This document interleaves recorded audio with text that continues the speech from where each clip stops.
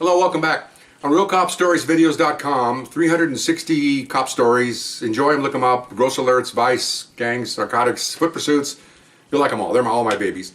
Attached to that website, over 180 question and answers. So ask me a question. Email me at rsbcopstories@gmail.com. I answer your question directly, and then we're doing it now on tape. Now what happened was, all those 360 stories, you think you have all the stories done. I didn't write a journal, so I should have. 35 years. So I'll watch TV last couple of weeks and oh my gosh, I forgot this story. Oh my gosh, I forgot this story. So we're going to interject this into our story format. Okay, so here's another one.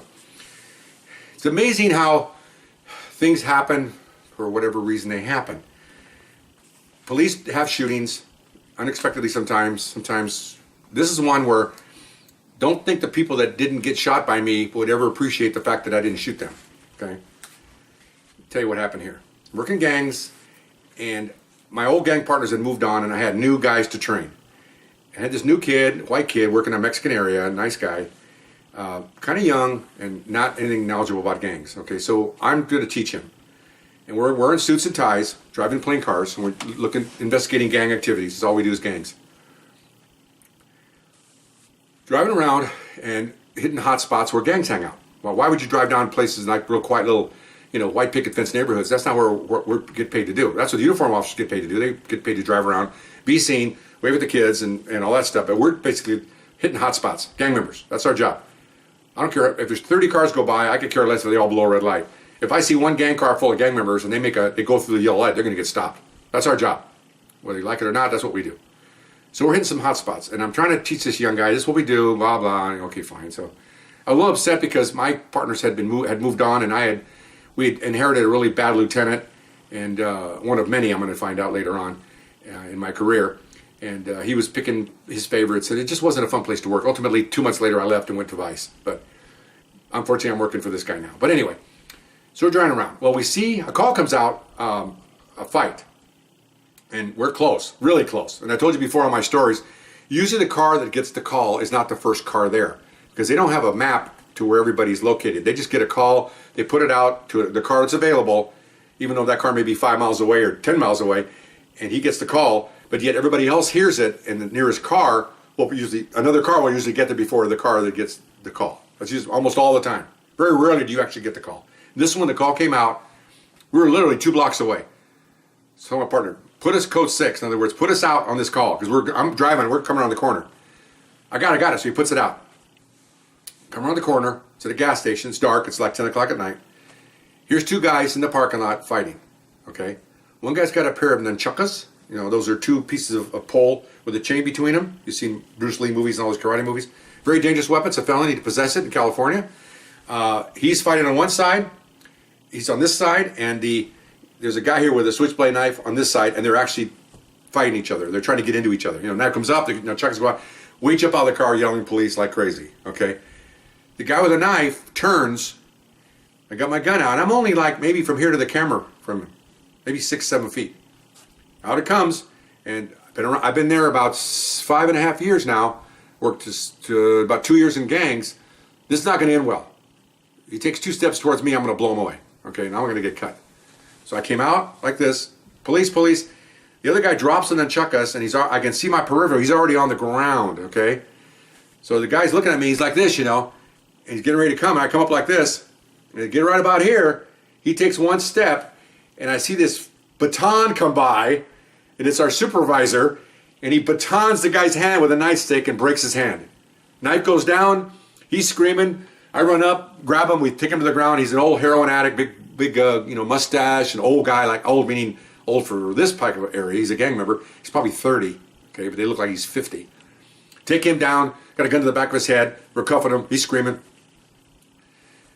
Cuffing him is a relative term, because as soon as I cuffed him, I knew he was in trouble, because put the cuffs on, and his hand was already like this big, okay? And so we had to take the cuffs off. Well, I'll tell you a bit later. So we cuff him. So I look over, and he goes, oh man, I saw him with a knife, and he was attacking you. And I go, why don't you just let me finish it? And he goes, oh. In other words, he was so trying to do police work and trying to stop the guy, and the guy wasn't coming after him. All he saw was the guy's hand this way towards me. He wanted to end it. That's nice, but I could have ended it too. And I could have ended a 30-year career of this idiot committing crimes in the future by blowing him away. I'm not saying I'm bragging about that, but if you eliminate this guy, no more welfare, no more babies, no more draining community, no more criminal. A lot of things happen if someone gets killed, but that's okay. It's all right. It's a proper thing to do in his eyes, and that's fine. I don't want to shoot anybody. I never did the whole career, crying out loud. It's another story. But anyway, so we threw him down. I had the gun to the back of his head, went to cuff him. He's screaming the whole time. I thought he was screaming because we pretty much jumped on him. I mean, when I took him down, I like to come down hard, all my weight on his chest and chest cavity so I can blow the air out of him and make him realize there's people here.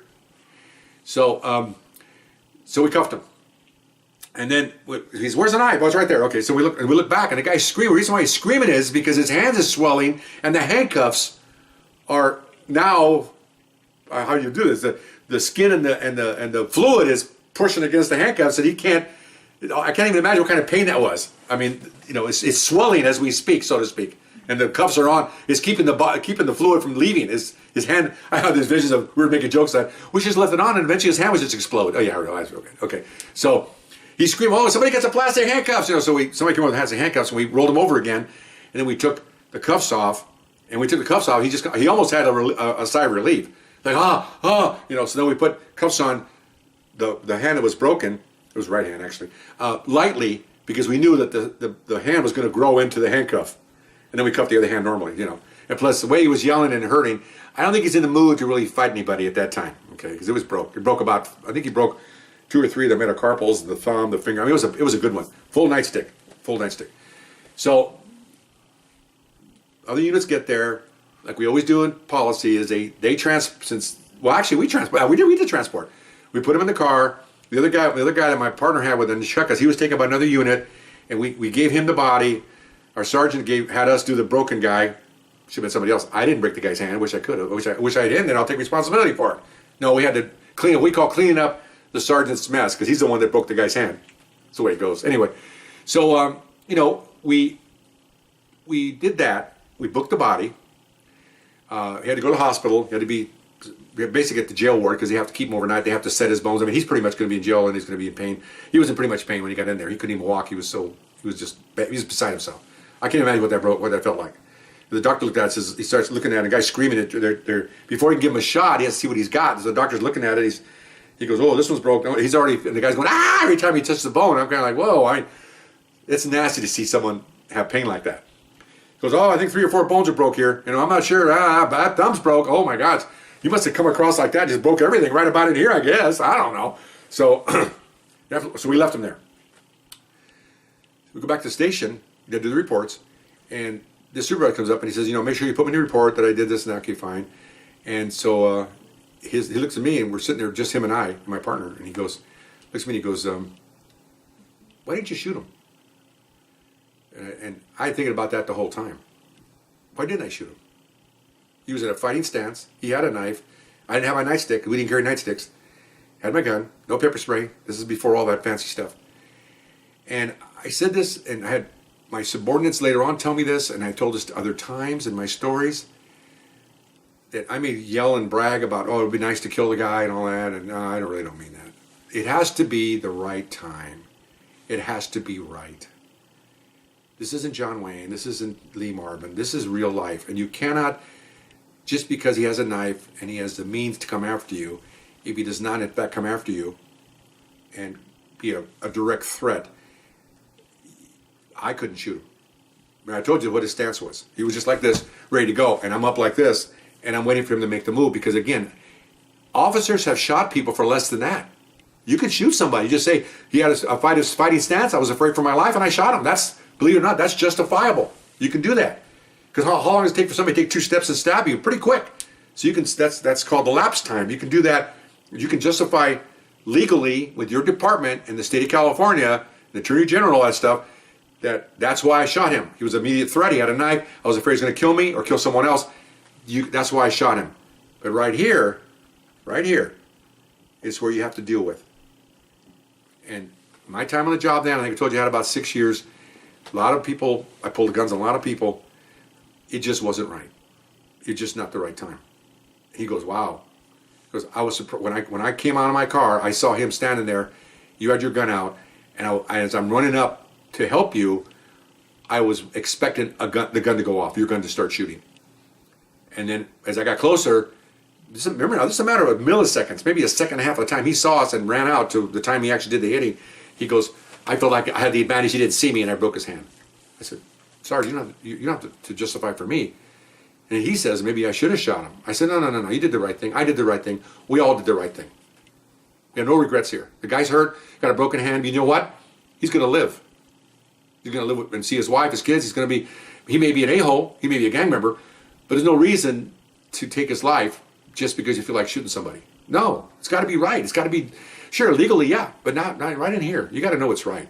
A lot of partners did that. You got to know what's right. It's because you have to live with that. You have to sit there and if you hesitate, in other words, if you do the shooting and you have a little bit of a doubt, that doubt, I can tell you right now, I have had partners that get into that stuff. That little doubt grows, and pretty soon you're blaming yourself for killing this guy. And remember, I never should have shot him. I've had partners that did that. 2 partners that felt that way. And maybe I should have shot him. And now you're regretting this. Whereas other partners have gotten shootings, dead bang, slam, bam, guy had a gun. They don't lose an ounce of sleep over this or a minute of sleep because they're justified in their minds that it was proper and correct, and this is what the guy deserved because he's pulling a gun on me. So you got to be careful with this. And so they ultimately wrote him the captain wrote him a commendation for not killing the guy, for what he did to disarm him. They wrote a commendation to me, which I really didn't want to sign, of restraint, that I didn't shoot the guy. I thought that was okay, but not really a commendation. It wasn't a commendation-worthy event for me. It was just a decision that was made, and he was taken out before I had a chance to make the decision, and that's just routine. Now my partner was scared to death. He didn't know what to do. This new guy. I mean, I had to sit down and talk to him, and ultimately a couple of days later, I had to go to my sergeant and say I can't work with him because he's rattled.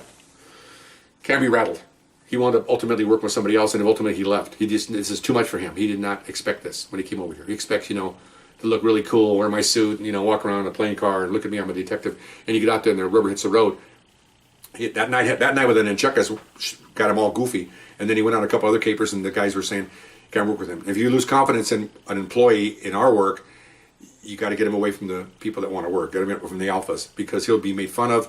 They may not back him up. They will, but it makes it for a difficult situation with you're not sure of him. That's the problem. Of all the partners I work with, I was sure of every one of them. I wouldn't doubt if they would lay down their life to save me, and I laid down my life to save him. But this guy was too scary. So he ultimately, that was kind of the sad part about it. But he went and got other jobs. He went up to be a lieutenant, and he's fine, but he just maybe didn't belong in the field. I think it just kind of rattled him a little bit. He had about 5 years on it. So anyway, interesting story. Hope you enjoy it. And one of my non-shooting incidents, and I'm kind of proud about that. It was the right thing not to do. Okay, we'll see you later. Bye bye.